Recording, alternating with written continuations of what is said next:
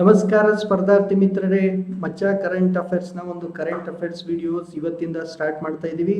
ನಾನು ನಿಮ್ಮ ಮಚ್ಚಾ. ಓಕೆ ಪುಟ್ಟಿ, ಈ ಮಚ್ಚಾ ಕರೆಂಟ್ ಅಫೇರ್ಸ್ ಅಲ್ಲಿ ನಾವು ಕರೆಂಟ್ ಅಫೇರ್ಸ್ ಅನ್ನ ಯಾವ ರೀತಿ ಹೇಳಬೇಕು? ಓಕೆ, ಸೊ ಸ್ಲೈಡ್ ಮೂಲಕ ಡಿಸ್ಕಷನ್ ಮಾಡ್ತಾ, ಸೊ ಇದನ್ನ ನಾವು ಕರೆಂಟ್ ಅಫೇರ್ಸ್ ಅಂತ ಹೇಳ್ತಿಲ್ಲ, ಇದನ್ನ ಏನಂತ ಹೇಳ್ತಿದ್ವಿ, ದಿನದ ಕತೆ ಮಚ್ಚಾ ಪುಟ್ಟಿ ಜೊತೆ ಅಂತ ಹೇಳಿ. ಸೊ ನಮ್ಮ ಜೊತೆ ಏನ್ ಮಾಡಬೇಕು, ನಮ್ಮ ಸ್ಪರ್ಧಾರ್ಥಿ ಮಿತ್ರರು ಸೇರ್ಕೊಂಡು ನಮ್ಮ ಚರ್ಚೆಯಲ್ಲಿ, ನಮ್ಮ ಒಂದು ಡಿಸ್ಕಷನ್ ಅಲ್ಲಿ ಇವರು ಭಾಗಿಯಾಗಬೇಕು. ಸೊ ಇಂತಹ ಒಂದು ಡಿಸ್ಕಷನ್ ಫಾರ್ಮೇಟ್ ಮೂಲಕ ನಾವೇನನ್ನ ಓದೋಣ, ಕರೆಂಟ್ ಅಫೇರ್ಸ್ ಅನ್ನ ಓದೋಕೆ ಸ್ಟಾರ್ಟ್ ಮಾಡೋಣ. ಸೊ ಇವತ್ತು ಮೇ 17, 2022. ಸೊ ಇವತ್ತಿನ ದಿನದ ಕತೆ ಮಚ್ಚಾ ಪುಟ್ಟಿ ಜೊತೆಗೆ ಅಂತ ಹೇಳಿ ಕರೆಂಟ್ ಅಫೇರ್ಸ್ ಡಿಸ್ಕಷನ್ಗೆ ನಿಮಗೆಲ್ಲರಿಗೂ ಸ್ವಾಗತ ಸುಸ್ವಾಗತ. ಓಕೆ ಪುಟ್ಟಿ, ಸೊ ಈಗ ಜೋಶಲ್ಲಿ ಇದೆಯಾ? Full okay. ಸೊ ನೋಡೋಣ ಏನಾಗುತ್ತಂತ ಇವತ್ತಿನ ಒಂದು ಕರೆಂಟ್ ಅಫೇರ್ಸ್ ಡಿಸ್ಕಷನ್ ಅನ್ನ ನಾವು ಸ್ಟಾರ್ಟ್ ಮಾಡೋಣ. ಮೊದಲಿಗೆ ಪುಟ್ಟಿ ನಾನೇನ್ ಹೇಳ್ತಿದ್ದೀನಿ ಅಂತಂದ್ರೆ, ಒಂದು ಮಸೀದಿ ಬಗ್ಗೆ ಚರ್ಚೆ ಮಾಡ್ತಿದ್ವಿ. ಈ ಮಸೀದಿ ಹೆಸರು ಜ್ಞಾನವ್ಯಾಪಿ ಮಸೀದಿ ಅಂತ. ಇದೆಲ್ಲಿದೆ? ಇದು ವಾರಣಾಸಿಯ ಕಾಶಿ ವಿಶ್ವನಾಥ ಮಂದಿರ ಇದೆಯಲ್ಲ, ಸೊ ಬಹಳ ಫೇಮಸ್ಸು. ಸೊ ಕಾಶಿ ವಿಶ್ವನಾಥ ಮಂದಿರ ಸಮೀಪದಲ್ಲಿ ಇರುವಂತಹ ಒಂದು ಮಸೀದಿ, ಅದಕ್ಕೆ ಏನಂತ ಹೇಳ್ತಿದ್ವಿ, ಜ್ಞಾನವ್ಯಾಪಿ ಮಸೀದಿ ಅಂತ ಹೇಳ್ತಿದ್ವಿ. ಸೊ ಈ ಮಸೀದಿ ಸುದ್ದಿಯಲ್ಲಿದೆ, ಸುದ್ದಿ ಜೊತೆಗೆ ವಿವಾದ ಕೂಡ ಇದರಲ್ಲಿ ಶುರುವಾಗಿದೆ.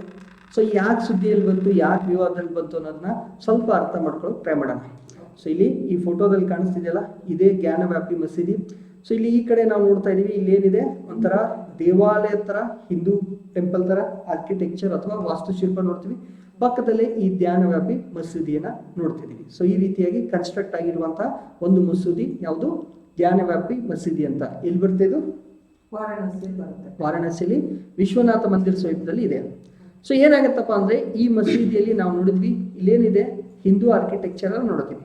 ಸೊ ಈ ಬಿಲ್ಡಿಂಗ್ ನ ಒಂದು ಭಾಗದಲ್ಲಿ ನಾವೇನ್ ನೋಡ್ತಾ ಇದೀವಿ, ಪೂಜಾ ಚಿಹ್ನೆಗಳು, ದೇವರ ಒಂದು ವಿಗ್ರಹಗಳನ್ನ ಇದರ ಗೋಡೆ ಮೇಲೆ ನೋಡ್ತಾ ಇದೀವಿ. ಸೊ ಮಸೀದಿಯ ಗೋಡೆಯನ್ನು ನೋಡಿದಾಗ ಅಲ್ಲಿ ಏನ್ ಕಾಣ್ತಾ ಇದೆ, ದೇವರ ವಿಗ್ರಹ ಕಾಣಿಸ್ತಿದೆ, ಪೂಜಾ ಮಾಡುವಂತಹ ಒಂದು ಹಿಂದೂ ಪೂಜಾ ಚಿಹ್ನೆಗಳು ಇಲ್ಲಿ ಕಾಣಿಸ್ತಾ ಇದಾವೆ. ಸೊ ಇದನ್ನ ಇಲ್ಲಿ ದೇವರ ಒಂದು ವಿಗ್ರಹ ಇದೆ ಅಂದ ತಕ್ಷಣ ಇಲ್ಲಿ ನಮ್ಗೆ ಏನ್ ಬೇಕು, ದೈನಂದಿನ ಪೂಜೆ ಸಲ್ಲಿಸಕ್ಕೆ ಅವಕಾಶ ಬೇಕು. ಮತ್ತು ಈ ವಿಗ್ರಹಗಳಿಗೆ, ದೇವರ ವಿಗ್ರಹಗಳಿಗೆ ಯಾವುದೇ ರೀತಿಯಾದಂತ ಹಾನಿ ಮಾಡಬಾರ್ದು ಅಂತ ಹೇಳಿ ಸ್ಥಳೀಯ ಒಂದು ನ್ಯಾಯಾಲಯದಲ್ಲಿ ಏನಾಗುತ್ತೆ, ಅರ್ಜಿ ಸಲ್ಲಿಕೆ ಆಗುತ್ತೆ. ಸೊ ಈಗ ಅರ್ಜಿ ಹೋಯ್ತು ಪುಟ್ಟಿ ಎಲ್ಲಿಗೆ, ನ್ಯಾಯಾಲಯಕ್ಕೆ, ಅಲ್ಲಿನ ಸ್ಥಳೀಯ ಒಂದು ಕೋರ್ಟಿಗೆ ಹೋಗುತ್ತೆ. ಸೊ ಕೋರ್ಟಿಗೆ ಹೋದ ತಕ್ಷಣ ಕೋರ್ಟ್ನವ್ರು ಏನ್ ಮಾಡ್ಬೇಕು, ಎನ್ಕ್ವೈರಿ ಮಾಡಬೇಕು, ತನಿಖೆ ಮಾಡಬೇಕು. ಸೊ ತನಿಖೆಯನ್ನು ಯಾರು ಮಾಡೋದಿಲ್ಲ, ಕೋರ್ಟ್ನವ್ರು ಮಾಡೋದಿಲ್ಲ. ತನಿಖೆ ಮಾಡಂತ ಯಾರಿಗೆ ಹೇಳ್ತಾರೆ, ಭಾರತೀಯ ಪುರಾತತ್ವ ಸರ್ವೇಕ್ಷಣೆ ಇಲಾಖೆಗೆ, ಆರ್ಕಿಯೋಲಜಿಕಲ್ ಸರ್ವೆ ಆಫ್ ಇಂಡಿಯಾ ಅಂತ ಹೇಳ್ತೀವಿ. ಈ ಒಂದು ಸಂಸ್ಥೆಗೆ ಏನ್ ಮಾಡ್ತಾರೆ, ತನಿಖೆ ಮಾಡಿ ಅಂತ ಹೇಳ್ತಾರೆ. ಹಿಂದೆ ನಾವು ನೋಡಿದ್ವಿ, ಬಾಬ್ರಿ ಮಸೀದಿ ಎಲ್ಲ ನಡೆಯುವಾಗ ಸೊ ಅವಾಗ್ಲೂ ಕೋರ್ಟ್ ಏನ್ ಹೇಳುತ್ತೆ, ಆರ್ಕಿಯಾಲಜಿಕಲ್ ಸರ್ವೆದವ್ರು ಏನ್ ಎವಿಡೆನ್ಸ್ ಕೊಡ್ತಾರೋ ಅದ್ರ ಮೇಲೆ ನಾವು ತೀರ್ಪನ್ನ ಕೊಡ್ತೀವಿ ಅಂತ ಹೇಳ್ತಾರೆ. ಸೊ ಅದೇ ತರ ಏನಾಗಿದೆ, ಇಲ್ಲಿಯೂ ಕೂಡ ಯಾವುದು ಜ್ಞಾನವ್ಯಾಪಿ ಮಸೀದಿ ವಿಷಯದಲ್ಲಿ ಕೂಡ ಕೋರ್ಟ್ ಏನಂತ ಹೇಳ್ತು, ಭಾರತೀಯ ಪುರಾತತ್ವ ಸರ್ವೇಕ್ಷಣೆ ಇಲಾಖೆದವರು ಏನ್ ಮಾಡ್ಬೇಕು, ಸರ್ವೆ ಮಾಡಬೇಕು. ಅವರ ವರದಿಯನ್ನು ಆಧರಿಸಿ ನಾವು ಏನ್ ಮಾಡ್ತಿದೀವಿ, ತೀರ್ಪನ್ನ ನೀಡ್ತೀವಿ ಅಂತ ಕೋರ್ಟ್ ಹೇಳುತ್ತೆ. ಸೊ ಇಷ್ಟೆಲ್ಲ ಇದ್ರೆ ಏನು ಪ್ರಾಬ್ಲಮ್ ಇಲ್ಲ, ಎಲ್ಲ ಓಕೆ. ವಿವಾದ ಯಾಕೆ ಅನ್ನೋದನ್ನ ಸ್ವಲ್ಪ ಅರ್ಥ ಮಾಡ್ಕೊಳ್ಳೋಕೆ ಟ್ರೈ ಮಾಡೋಣ. ಸೊ ಇಲ್ಲಿ ವಿವಾದ ಅನ್ನೋದು ಆಗ್ತಿರೋದು ಯಾವ್ದ್ರ ಮೇಲೆ ಅಂತಂದ್ರೆ, ಒಂದು ಕಾಯ್ದೆ ಮೇಲೆ. ಸೊ ಕಾಯ್ದೆ ಹೆಸರು ಪೂಜಾ ಸ್ಥಳಗಳು ಕಾಯ್ದೆ 1991 ಅಂತ. ಸೊ ಈ ಕಾಯ್ದೆಯನ್ನ ನಾವು 1991ರಲ್ಲಿ ತಗೊಂಡ್ ಬಂದಿದ್ವಿ. ಈಗೇನು ಈ ಡಿಸ್ಕಷನ್ ನಡೀತಿದೆಲ್ಲ ಜ್ಞಾನವ್ಯಾಪಿ ಮಸೀದಿಯ ಸುತ್ತಮುತ್ತಲು, ಈ ಒಂದು ಕೋರ್ಟ್ ಮಾಡಿದಂಥದ್ದು, ಈಗ ಪುರಾತತ್ವ ಇಲಾಖೆದವ್ರಿಗೆ ಹೇಳಿದ್ದೆಲ್ಲ 1991ರ ಪೂಜಾ ಸ್ಥಳಗಳು ವಿಶೇಷ ನಿಬಂಧನೆಗಳು ಕಾಯ್ದೆಯ ಉಲ್ಲಂಘನೆ ಅಂತ ಹೇಳ್ತಿದ್ದಾರೆ. ಇದನ್ನ ಅರ್ಥ ಮಾಡ್ಕೊಳ್ಳೋಣ.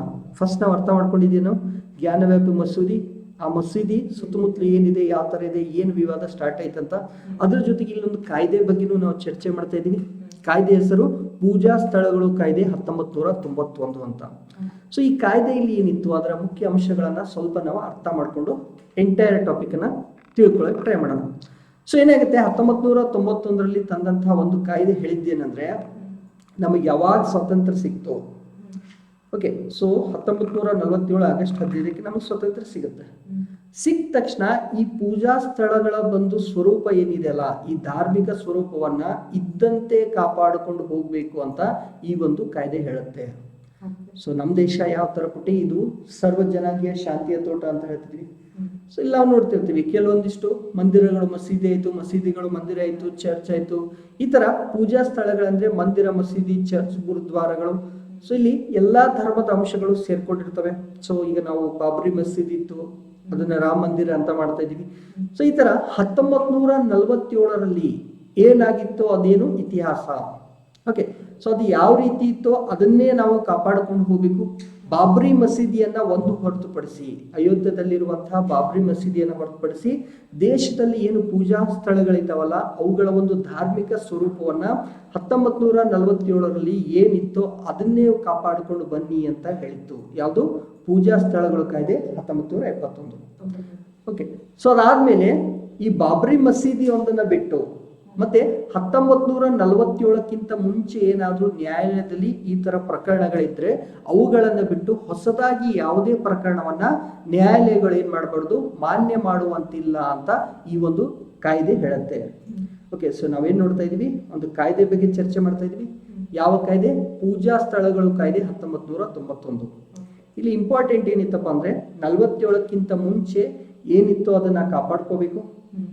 ಯಾವುದನ್ನ ಹೊರತುಪಡಿಸಿ, ಅಯೋಧ್ಯ ಬಾಬರಿ ಮಸೀದಿಯನ್ನ ಹೊರತುಪಡಿಸಿ ಮತ್ತೆ ಕೋರ್ಟ್ ಮುಂದೆ, ನ್ಯಾಯಾಲಯದ ಮುಂದೆ ಏನು ಪ್ರಕರಣಗಳಿದ್ದಾವಲ್ಲ ಅವುಗಳನ್ನ ಮಾತ್ರ ಮುಂದುವರಿಸಿ ಹೊಸದಾಗಿ ಈ ತರ ಯಾವುದೇ ವಿವಾದವನ್ನ ಕೋರ್ಟಿನ ಮೆಟ್ಟಿಲಿಗೆ ತರುವಂತಿಲ್ಲ ಅಂತ ಹೇಳಿ ಸ್ಥಳೀಯ ಪೂಜಾ ಕಾಯ್ದೆ ಹೇಳುತ್ತೆ. ಓಕೆ, ಸೊ ಈಗ ಇದನ್ನ ಆಲ್ರೆಡಿ ನಾನು ಹೇಳಿದ್ದೀನಿ. ಆಗಸ್ಟ್ 15, 1947ರಲ್ಲಿ ಅದಕ್ಕಿರೋದನ್ನ ನಾವೇನ್ ಮಾಡ್ಬೇಕು, ಅದೇ ತರ ಮೇಂಟೈನ್ ಮಾಡ್ಬೇಕು. ಇನ್ ಕೇಸ್ ಏನಾದ್ರೂ ಬದಲಾವಣೆ ಆಗಿದ್ರೆ ಅದನ್ನ ಕೋರ್ಟಲ್ಲಿ ಪ್ರಶ್ನೆ ಮಾಡಬಹುದು. ಇದರರ್ಥ ಸ್ವಾತಂತ್ರ್ಯ ಸಿಗೋಕ್ಕಿಂತ ಮುಂಚೆ ಆ ಪೂಜಾ ಸ್ಥಳಗಳು ಯಾವ ಧರ್ಮಕ್ಕೆ ಸೇರಿತ್ತಲ್ಲ ಅದನ್ನ ಕ್ವಶನ್ ಮಾಡಬೇಡಿ, ಬಾಬ್ರಿ ಮಸೀದಿಯನ್ನು ಕ್ವಶನ್ ಮಾಡಬೇಡಿ. ಬೇರೆ ಯಾವ್ದಾದ್ರು ಪ್ರಕರಣ ಕೋರ್ಟ್ ಅಲ್ಲಿ ಇದ್ರೆ ಅದಕ್ಕೆ ನಾವು ಬಿಡ್ತೀವಿ, ಹೊಸದಾಗಿ ಪ್ರಕರಣ ತಗೊಂಡ್ ಬರಬೇಡಿ. ಇನ್ ಕೇಸ್ ಆಗಸ್ಟ್ 15, 1947 ನಂತರ ಏನಾದ್ರೂ ಬದಲಾವಣೆ ಆದ್ರೆ ಅದನ್ನ ಮಾತ್ರ ಏನ್ ಮಾಡ್ಬೇಕು, ನ್ಯಾಯಾಲಯದಲ್ಲಿ ಪ್ರಶ್ನೆ ಮಾಡಬಹುದು ಅಂತ ಹೇಳ್ತಾರೆ. ಓಕೆ, ಇದನ್ನೇ ನಮ್ಮ ಸುಪ್ರೀಂ ಕೋರ್ಟು ಅಯೋಧ್ಯೆ ವಿಚಾರದಲ್ಲಿ ಹೇಳುತ್ತೆ. ಏನಪ್ಪಾ ಅಂತಾರೆ, ನಮ್ದು ದೇಶ ಅಂತದ್ದು ಜಾತ್ಯತೀತ ದೇಶ. ಸೊ ಇಲ್ಲಿ ಹಳೆಯ ಇತಿಹಾಸವನ್ನ ಕೆದಕಿ ಸುಮ್ಮನೆ ವಿವಾದಗಳನ್ನ ಅಥವಾ ಈ ಗಲಭೆಗಳನ್ನ ಸೃಷ್ಟಿ ಮಾಡೋದ್ರಲ್ಲಿ ಅರ್ಥ ಇಲ್ಲ. ಯಾವ ರೀತಿ ಇದೆಯೋ ಅದನ್ನ ನಾವು ಕಾಪಾಡ್ಕೊಂಡು ಹೋಗೋಣ. ಸೊ ಜಾತ್ಯತೀತವಾಗಿ ದೇಶ ಮುಂದುವರಿಯೋದ್ರ ಹತ್ರ ನಾವು ಫೋಕಸ್ ಮಾಡೋಣ ಅಂತ ಹೇಳಿ ಸುಪ್ರೀಂ ಕೋರ್ಟ್ನವ್ರು ಏನ್ ಹೇಳ್ತಾರೆ, ಅಯೋಧ್ಯೆಯ ಒಂದು ತೀರ್ಪಿನಲ್ಲಿ, ರಾಮ ಮಂದಿರದ ಒಂದು ತೀರ್ಪಿನಲ್ಲಿ ಕೂಡ ಈ ಕಾನೂನನ್ನ, ಯಾವ ಕಾನೂನನ್ನ, ಪೂಜಾ ಸ್ಥಳಗಳ ಕಾಯ್ದೆಯ ಕಾನೂನನ್ನ ಮಾನ್ಯತೆ ಮಾಡಿ ಅವ್ರು ಏನ್ ಮಾಡಿದ್ರು, ತೀರ್ಪನ್ನ ಕೊಟ್ರು. ಸೊ ಓವರಾಲ್ ಆಗಿ ನಾವು ಅರ್ಥ ಮಾಡ್ಕೋಬೇಕಾಗಿರೋದೇನು, ಧ್ಯಾನವ್ಯಾಪಿ ಮಸೀದಿ ಎಲ್ಲಿದೆ.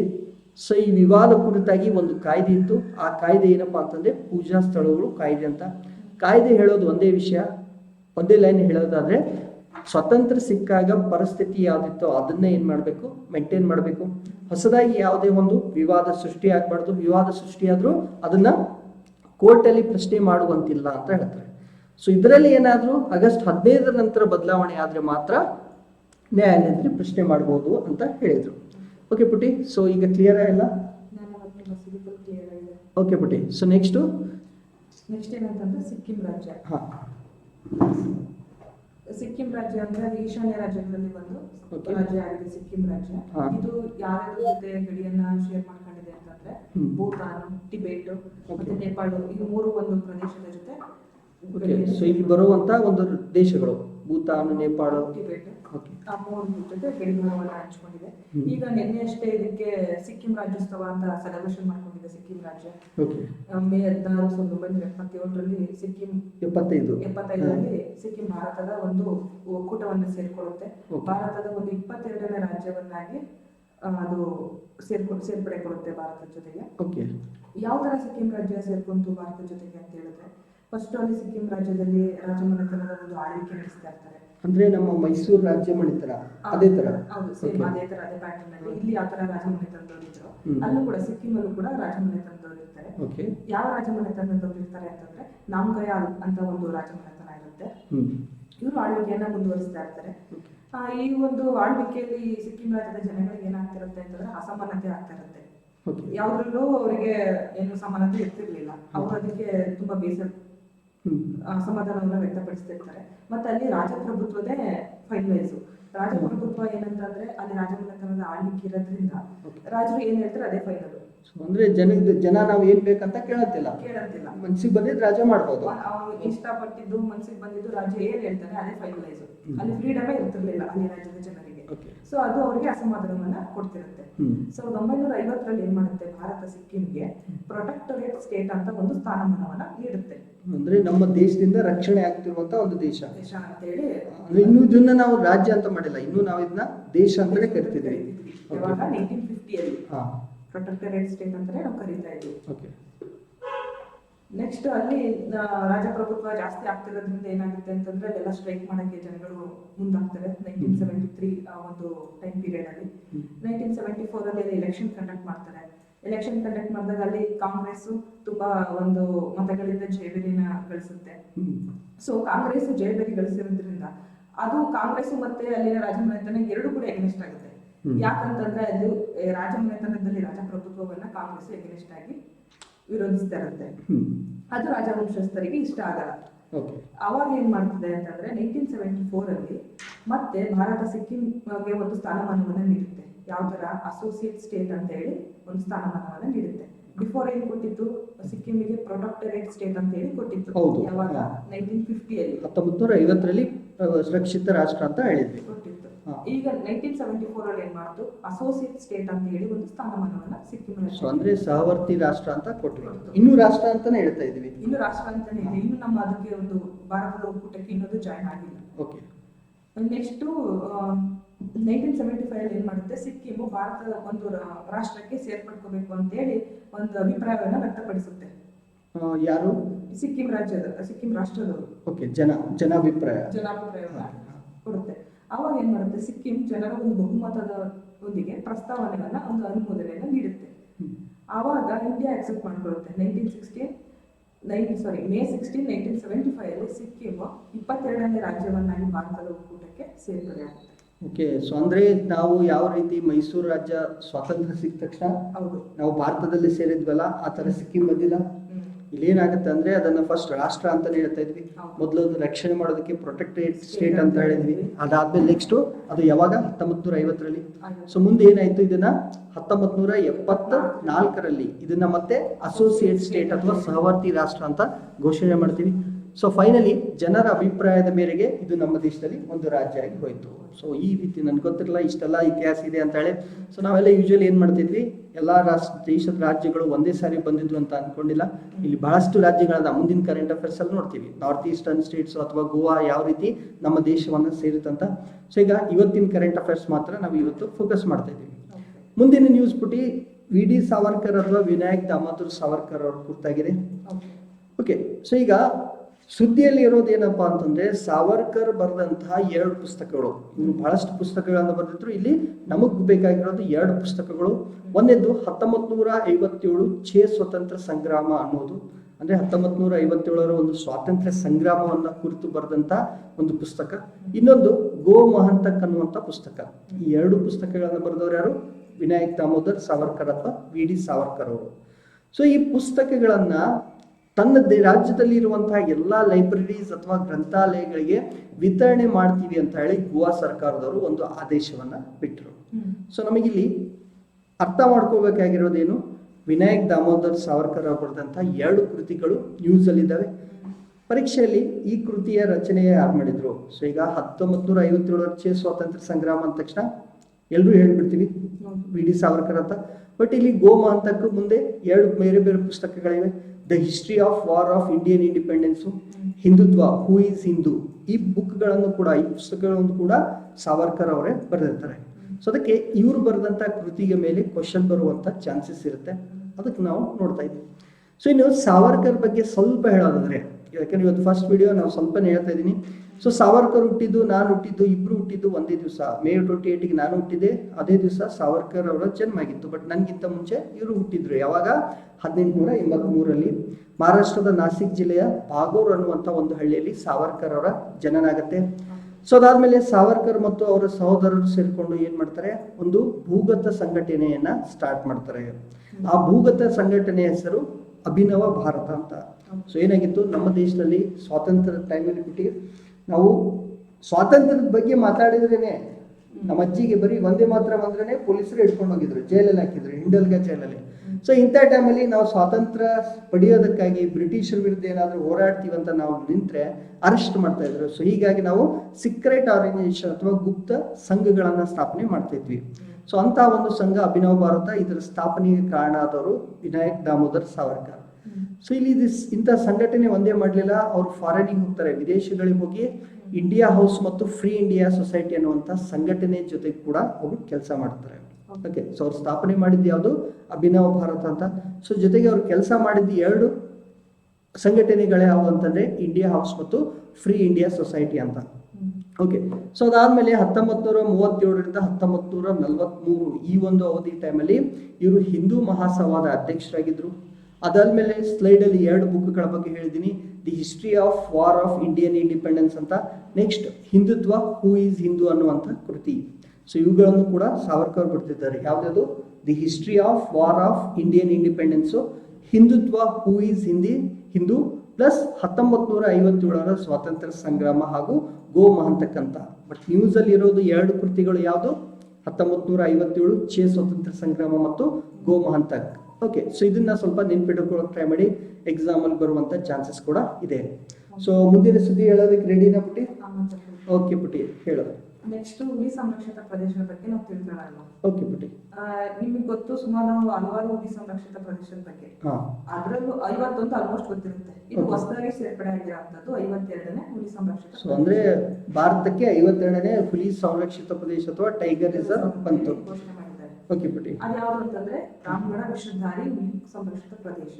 ಓಕೆ, ಇದೆಲ್ಲಿದೆ ಅಂತಂದ್ರೆ ರಾಜಸ್ಥಾನದಲ್ಲಿ ಕಂಡು ಬರುತ್ತೆ. ಸೊ ರಾಜಸ್ಥಾನದಲ್ಲಿ ಹೊಸದಾಗಿ ಒಂದು ಹುಲಿ ಸಂರಕ್ಷಣಾ ಪ್ರದೇಶ ಬಂತು, ಅದು ನಮ್ಮ ದೇಶದ 52ನೇ ಹುಲಿ ಸಂರಕ್ಷಣಾ ಪ್ರದೇಶ ಆಗಿದೆ. ಓಕೆ, ಇದನ್ನ ಯಾರು ಘೋಷಣೆ ಮಾಡಿದ್ದು ಅಂತಂದ್ರೆ ಕೇಂದ್ರ ಪರಿಸರ ಸಚಿವಾಲಯದ ಒಂದು ಆದೇಶ, ಒಂದು ಘೋಷಣೆ ಮಾಡುವಂತದ್ದು. ಓ, ಅಂದ್ರೆ ಈಗ ಹುಲಿ ಸಂರಕ್ಷಣಾ ಪ್ರದೇಶ ಅಂತಂದ್ರೆ ಘೋಷಣೆ ಮಾಡ್ಬೇಕಾದವ್ರು ಯಾರು? ಮಿನಿಸ್ಟ್ರಿ ಆಫ್ ಓಕೆ, ಇದನ್ನು ಕ್ವಶನ್ ಕೇಳಿದರೆ ಒಂದು ರಾಜ್ಯದಲ್ಲಿ ಹುಲಿ ಸಂರಕ್ಷಣಾ ಪ್ರದೇಶ ಅಂತ ಬರಬೇಕಾದ್ರೆ ಎಲ್ಲಿಂದ ಬರಬೇಕು? ಅದು ಕೇಂದ್ರ ಸರ್ಕಾರದ ಪರಿಸರ ಸಚಿವಾಲಯದ ಆದೇಶದ ಮೂಲಕ ಆಗುತ್ತೆ ಹೊರತು ರಾಜ್ಯಗಳೇ ತಮಗೆ ತಾವೇ ಹುಲಿ ಸಂರಕ್ಷಣಾ ಪ್ರದೇಶ ಅಥವಾ ಟೈಗರ್ ರಿಸರ್ವ್ ಅಂತ ಘೋಷಣೆ ಮಾಡೋಕೆ. S, okay. ಈಗ ಆಲ್ರೆಡಿ ರಾಜಸ್ಥಾನದಲ್ಲಿ 3 ಇದೆ. ಹೌದಾ ಪುಟಿ? ಓಕೆ, 3 ಇದೆ. ಅದು ಯಾವ್ದು ಅಂತಂದ್ರೆ ರಣತಂಬೂರು, ಸಾರಿಸ್ಕಾ, ಕುಂದರ. ಈ ಒಂದು 3 ಅರಣ್ಯ ಪ್ರದೇಶಗಳು ಹುಲಿ ಸಂರಕ್ಷಿತ ಅರಣ್ಯ ಪ್ರದೇಶ ಅಂತ ಮೊದಲನೇ ಘೋಷಣೆ ಮಾಡಿದೆ. ಯಾರು ಘೋಷಣೆ ಮಾಡಿರೋದು? ಮಿನಿಸ್ಟರ್ ಆಫ್ ಎನ್ವಿರಾನ್ಮೆಂಟ್ ಅವರು. ಓಕೆ, ಇವಾಗ 4ನೇದಾಗಿ ಆಡ್ ಆಗ್ತಿರೋದು ಯಾವ್ದು ಅಂತಂದ್ರೆ ರಾಮಗಢ ವಿಷಧಾರಿ ಹುಲಿ ಸಂರಕ್ಷಿತ ಪ್ರದೇಶ. ಓಕೆ. ಸೊ 4ನೇದು ಆಡ್ ಆಗಿರೋದ್ರಿಂದ 51 ಇದ್ದದ್ದು ಭಾರತದಲ್ಲಿ 52 ಆಗಿ ಹುಲಿ ಸಂರಕ್ಷಿತ ಪ್ರದೇಶವನ್ನಾಗಿ ಟೋಟಲ್ ನಾವು ನೋಡಬಹುದು 52 ಇದೆ ಅಂತ ಹೇಳಿ. ಓಕೆ, ಸೊ ಹೊಸ ಹುಲಿ ಸಂರಕ್ಷಣಾ ಪ್ರದೇಶ ಬಂತು, ಅದು ರಾಮಗಢ ವಿಷಧಾರಿ ಅಭಯಾರಣ್ಯ ಬಂತು. ಓಕೆ ಪುಟಿ. ನಾವು ಹುಲಿ ಸಂರಕ್ಷಿತ ಪ್ರದೇಶ ಏನಕ್ಕೆ ಮಾಡ್ತೀವಿ ಅಂತಂದ್ರೆ ಏನಕ್ಕೆ ಟೈಗರ್ ರಿಸರ್ವ್ ಬೇಕು? ಯಾಕೆ ಬೇಕು ಅಂತಂದ್ರೆ ಈಗ ಆಲ್ಮೋಸ್ಟ್ ಇದು ಅಳಿವಿನ ಅಂಚಲ್ಲಿದೆ. ಈಗ ಕರ್ನಾಟಕದಲ್ಲಿ ನಾವು ಕೌಂಟ್ ತಗೊಂಡ್ರೆ 524 ಅಟ್ ಪ್ರೆಸೆಂಟ್ ಇರೋಂಥದ್ದು. ಇಂಡಿಯಾದ ಕೌಂಟ್ ತಗೊಂಡ್ರೆ 2967 ಟೋಟಲ್ ಹುಲಿದು ಒಂದು ಸಂಖ್ಯೆ ಇರೋಂಥದ್ದು. ಇದು ಯಾವಾಗ ಬಂದಿದ್ದು? 2019ರ ಒಂದು ಹುಲಿ ಗಣತಿ.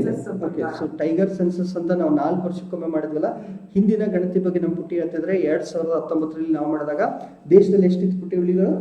2917 ಇತ್ತು. 2917 2917 ಹುಲಿಗಳು ದೇಶದಲ್ಲಿದ್ವು. ಕರ್ನಾಟಕದಲ್ಲಿದ್ದು 524 ಇತ್ತು. ಸೊ 524 ಕರ್ನಾಟಕದಲ್ಲಿದ್ವು. ಓಕೆ, ಏನಕ್ಕೆ ಇವರು ಈ ತರ ಎಲ್ಲ ಟೈಗರ್ ಸ್ಯಾಂಕ್ಚುರಿ ಮಾಡ್ಬೇಕು ಅಂತಂದ್ರೆ ವನ್ಯಜೀವಿಗಳನ್ನ ಸಂರಕ್ಷಣೆ ಮಾಡ್ಬೇಕು. ಓಕೆ, ಮತ್ತೆ ಟೈಗರ್ ಮೊದಲು ನಾವು ಹೇಳ್ಬೇಕು ಅಂತಂದ್ರೆ ನ್ಯಾಷನಲ್ ಅನಿಮಲ್. ಹೌದು, ಸುಮ್ಮನೆ ಬಿಡಕ್ಕಾಗತ್ತಾ? ಇದನ್ನ ಒಂದು ಸಂರಕ್ಷಣೆ ಮಾಡೋಂಥದ್ದು ನಮ್ಮ ಜನಗಳ ಕರ್ತವ್ಯ. ಓಕೆ, ಗೌರ್ಮೆಂಟೇ ಮಾಡ್ಬೇಕು ಅಂತ ಏನಿಲ್ಲ, ಪಬ್ಲಿಕ್ ಕೂಡ ಸಪೋರ್ಟ್ ಮಾಡ್ಬೇಕು. ಸೊ ಈಗ ಕರ್ನಾಟಕಕ್ಕೆ ಬಂದ್ರೆ ನಾವು ಕರ್ನಾಟಕದಲ್ಲಿ ಬಂಡೀಪುರ ಒಂದಿದೆ, ಭದ್ರಾ ಇದೆ, ನಾಗರಹೊಳೆ, ದಾಂಡೇಲಿ, ಅಂಶಿ ಮತ್ತೆ ಬಿಗ್ಯಾರ್ ಅಂದ್ರೆ ಬಿಳಿಗಿರಿ ರಂಗನಬೆಟ್ಟ ಟೈಗರ್ ರಿಸರ್ವ್ ಅಂತ ಹೇಳಿ ಇಷ್ಟು 5 ನಾವು ಕರ್ನಾಟಕದಲ್ಲಿ ಕಾಣಬಹುದು. ಈಗ ಪ್ರೆಸೆಂಟ್ ಕರ್ನಾಟಕದಲ್ಲಿ 6ನೇದು ಒಂದು ಮಾಡ್ಬೇಕು ಅಂತ ಹೇಳಿ ಪರಿಶೀಲನೆ ಮಾಡ್ತಿದ್ದಾರೆ. ಎಲ್ಲಿ ಅಂತಂದ್ರೆ ಚಾಮರಾಜನಗರದಲ್ಲಿ.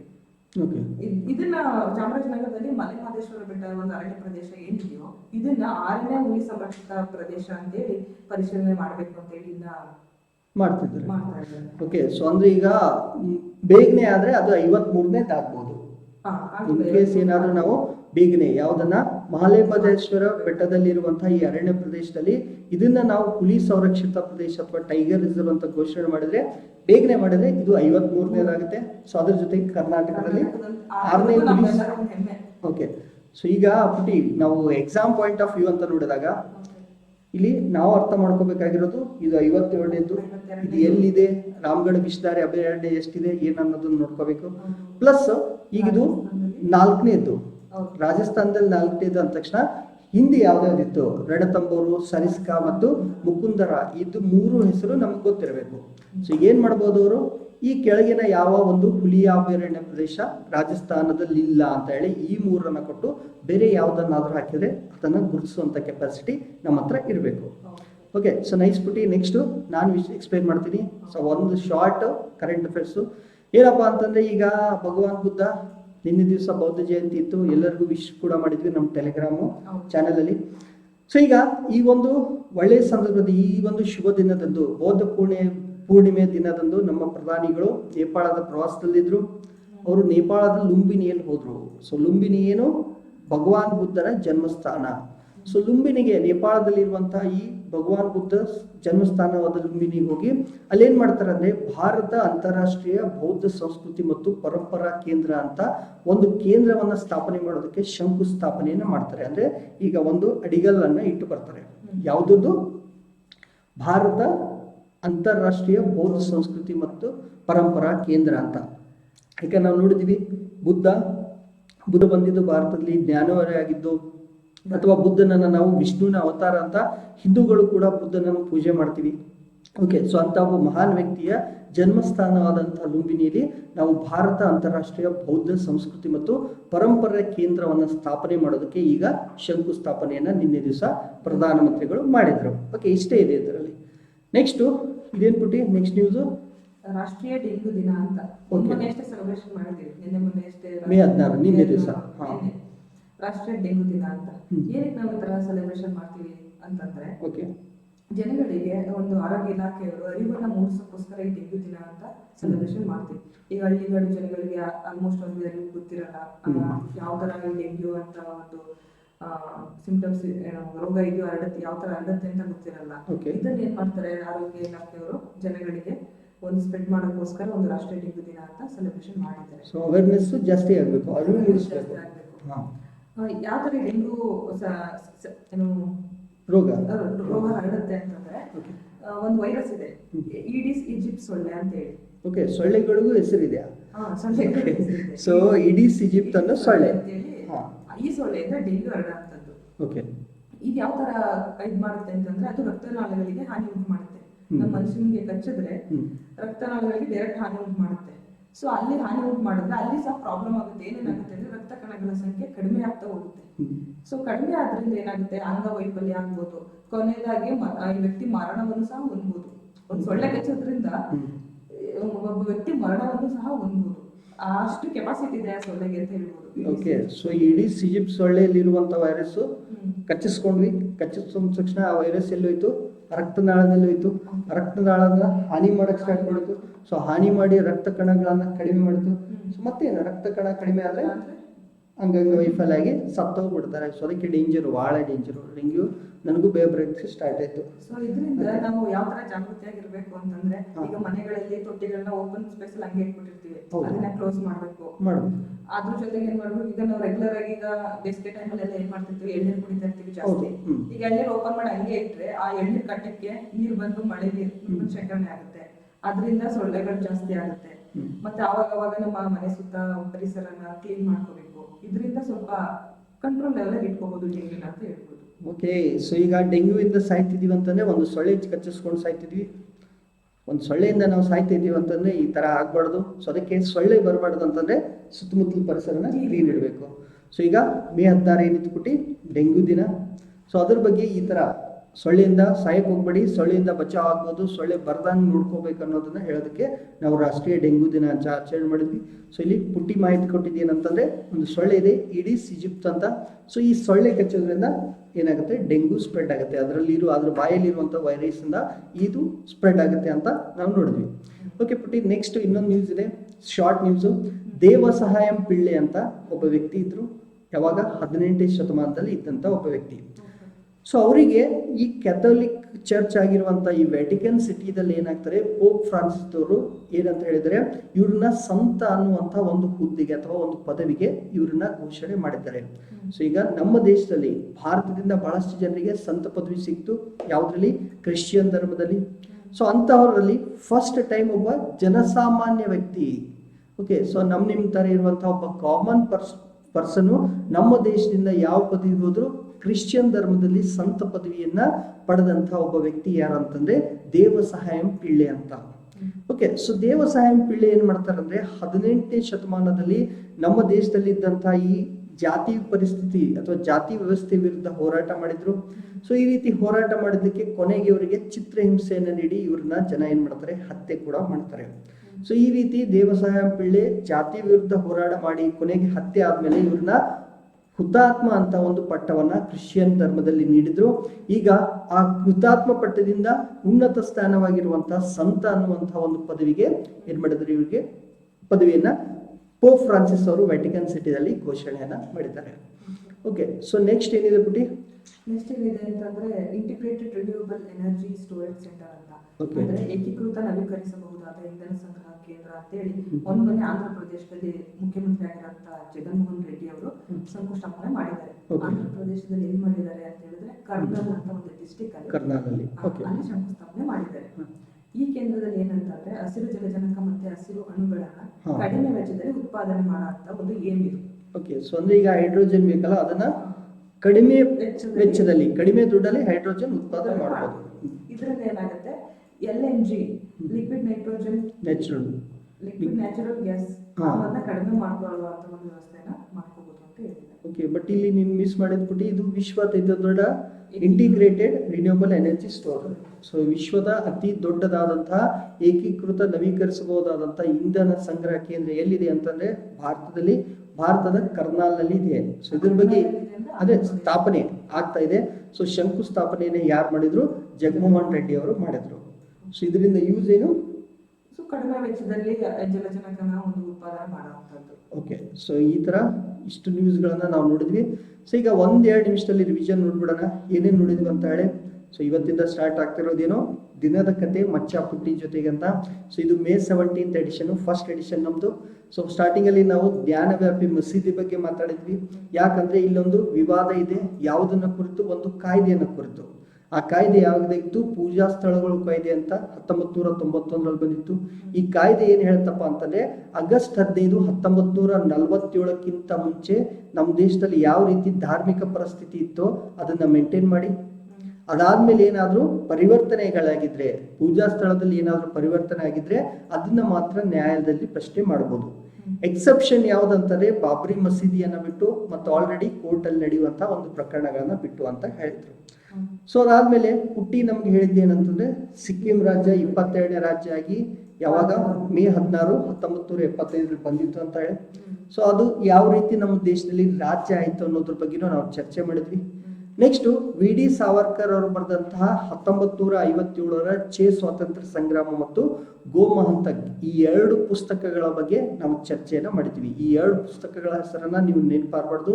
ಯಾವುದು? 1957 ಛೇ ಸ್ವತಂತ್ರ ಸಂಗ್ರಾಮ ಮತ್ತು ಗೋಮಹಂತಕ್. ಅದಾದ್ಮೇಲೆ ರಾಜಸ್ಥಾನದಲ್ಲಿ ಬರುವಂತಹ 5ನೇ ಒಂದು ಹುಲಿ ಸಂರಕ್ಷಣಾ ಕೇಂದ್ರ ಯಾವ ಪುಟಿ? ಎಸ್, ಸೊ ಅದು 5ನೇ ಹುಲಿ ಟೈಗರ್ ರಿಸರ್ವ್ ಅಥವಾ ಹುಲಿ. ಓಕೆ, ಸಾರಿ, 4ನೇದು. ಎಸ್, 5ನೇದು ನಮ್ಮ ಕರ್ನಾಟಕದಲ್ಲಿದೆ. ಓಕೆ, ಸಾರಿ ಪುಟಿ, ಜೋಶಲ್ಲಿ ಫಾಸ್ಟ್ ಆಗಿ ಹೇಳುವಾಗ ಮಿಸ್ ಮಾಡ್ಕೊಂಡೆ. ಸೊ ಆಲ್ರೆಡಿ 3 ಇತ್ತು ರಾಜಸ್ಥಾನದಲ್ಲಿ, ಈಗ 4ನೇದು ಬರ್ತಾ ಇದೆ. ಯಾವುದು? ವಿಷಧಾರಿ ಹುಲಿ ಸುರಕ್ಷಿತ ಪ್ರದೇಶ. ಓಕೆ, ನಮ್ಮ ರಾಜ್ಯದಲ್ಲಿ 5 ಇದಾವೆ. ಯಾವ್ದಾದ್ರು? ಬಂಡೀಪುರ, ಭದ್ರಾ, ನಾಗರಹೊಳೆ, ಮತ್ತೆ BTR. ಈಗ 6ನೇದಾಗಿ ಪರಿಶೀಲನೆ ಮಾಡುವಂತದ್ದೊಂದು ಓಕೆ ಮಹದೇಶ್ವರ ಬೆಟ್ಟ ಒಂದು ಹುಲಿ ಪ್ರದೇಶ. ಓಕೆ, ಸೊ ಅದು ಬರ್ಬೋದು. ಅದಾದ್ಮೇಲೆ ಲುಂಬಿನಿಯಲ್ಲಿ ನಾವೇನ್ ಮಾಡ್ತಾ ಇದೀವಿ? ಭಾರತ ಅಂತಾರಾಷ್ಟ್ರೀಯ ಬೌದ್ಧ ಸಂಸ್ಕೃತಿ ಮತ್ತು ಪರಂಪರಾ ಕೇಂದ್ರದ ಒಂದು ಶಂಕುಸ್ಥಾಪನೆ ಕೂಡ ನಡೀತು. ಸೊ ಅದಾದ್ಮೇಲೆ ಪುಟ್ಟಿ ಎಕ್ಸ್ಪ್ಲೈನ್ ಮಾಡಿದ್ದು ಡೆಂಗ್ಯೂ ದಿನ ಅಂತ. ಡೆಂಗ್ಯೂ ಯಾವ ರೀತಿ ಬರುತ್ತೆ, ಅದನ್ನ ಹೆಂಗ್ ತಡಿಬಹುದು, ಅಥವಾ ಈ ದಿನಾನ ನಾವು ಯಾಕೆ ಆಚರಣೆ ಮಾಡ್ತೀವಿ ಅನ್ನೋದನ್ನು ಕೂಡ, ಸೊ ಯಾವ ಸೊಳ್ಳೆಯಿಂದ ಬರುತ್ತೆ, ಇದನ್ನೆಲ್ಲ ನಾವು ಚರ್ಚೆ ಮಾಡಿದ್ವಿ. ಮುಂದೆ ಈ ಒಬ್ಬ ವ್ಯಕ್ತಿ ದೇವಸಹಾಯಂ ಪಿಳ್ಳೆ ಅಂತ ಒಬ್ಬ ಸಾಮಾನ್ಯ ವ್ಯಕ್ತಿ ನಮ್ಮ ದೇಶದಿಂದ ಕ್ರಿಶ್ಚಿಯನ್ ಧರ್ಮದಲ್ಲಿ ಸಂತ ಪದವಿಗೆ ಹೋದ್ರು, ಆ ಒಂದು ಪದವಿಯನ್ನು ಪಡೆದ್ರು ಅನ್ನೋದನ್ನು ಕೂಡ ನಾವು ಚರ್ಚೆ ಮಾಡಿದ್ವಿ. ಸೊ ಕೊನೆಗಾಗಿ ವಿಶ್ವದ ಅತಿ ದೊಡ್ಡ ಏಕೀಕೃತ ನವೀಕರಿಸಬಹುದಾದಂಥ ಇಂಧನ ಸಂಗ್ರಹ ಕೇಂದ್ರಕ್ಕೆ ಕರ್ನಾಲ್ನಲ್ಲಿ ನಿನ್ನೆ ಶಂಕುಸ್ಥಾಪನೆ ಆಯಿತು.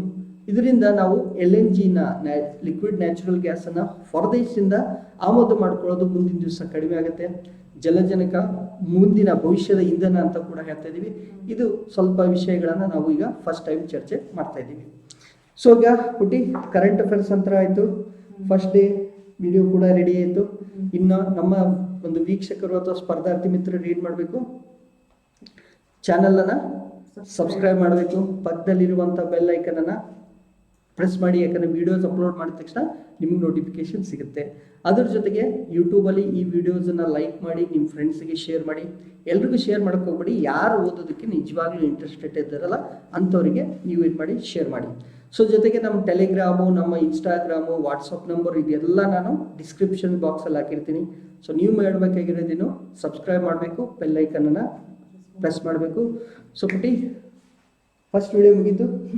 ಓಕೆ, ಸೊ ನೆಕ್ಸ್ಟ್ ಏನು ಮಾಡೋಣ, ಮತ್ತೆ ನಾಳೆ ದಿವಸ ಮತ್ತೆ ಹೊಸ ಹೊಸ ವಿಚಾರಗಳ ಜೊತೆ ಓಕೆ ಸ್ವಲ್ಪ ಜಾಸ್ತಿ ತೊಗೊಂಡು ಬರೋಣ, ಇಲ್ಲ ಒಂದು 8 ದಿವಸ ಆದಮೇಲೆ ಸ್ವಲ್ಪ ಜಾಸ್ತಿ ವಿಚಾರಗಳನ್ನು ತೊಗೊಂಡು ಬರೋಣ. ಸೊ ಇದೇ ರೀತಿ ಮಾಡ್ತಾ ನಮ್ಮ ಜೊತೆಗೆ ನೀವು ಏನು ಮಾಡಿ, ಲಿಂಕ್ ಅಥವಾ ಟಚ್ಚಲ್ಲಿರಿ. ಸೊ ಎಲ್ಲ ಲಿಂಕ್ಸ್ ಇದೆ, ವಾಟ್ಸಪ್ಪು, ಫೇಸ್ಬುಕ್ಕು ಎಲ್ಲ ಲಿಂಕ್ಸನ್ನು ನಾನು ಕೊಡ್ತಾ ಇದ್ದೀನಿ. ಮತ್ತೆ ನಾಳೆ ದಿವಸ ದಿನದ ಕತೆ ಮಚ್ಚ ಪುಟ್ಟಿ ಜೊತೆ ಅಂತ ಹೇಳಿ, ನಾಳೆ ಮೇ 18. ಸೊ ನಾಳೆ ದಿವಸ ಒಂದು ಚರ್ಚೆನ ಮುಂದುವರ್ಸೋಣ. ಸೊ ಎಲ್ರಿಗೂ ಮತ್ತೊಂದು ಸಾರಿ ಧನ್ಯವಾದಗಳನ್ನು ಹೇಳ್ತಾ ಈ ವಿಡಿಯೋನ ಇಲ್ಲಿಗೆ ಮುಗಿಸ್ತಾ ಇದ್ದೀವಿ.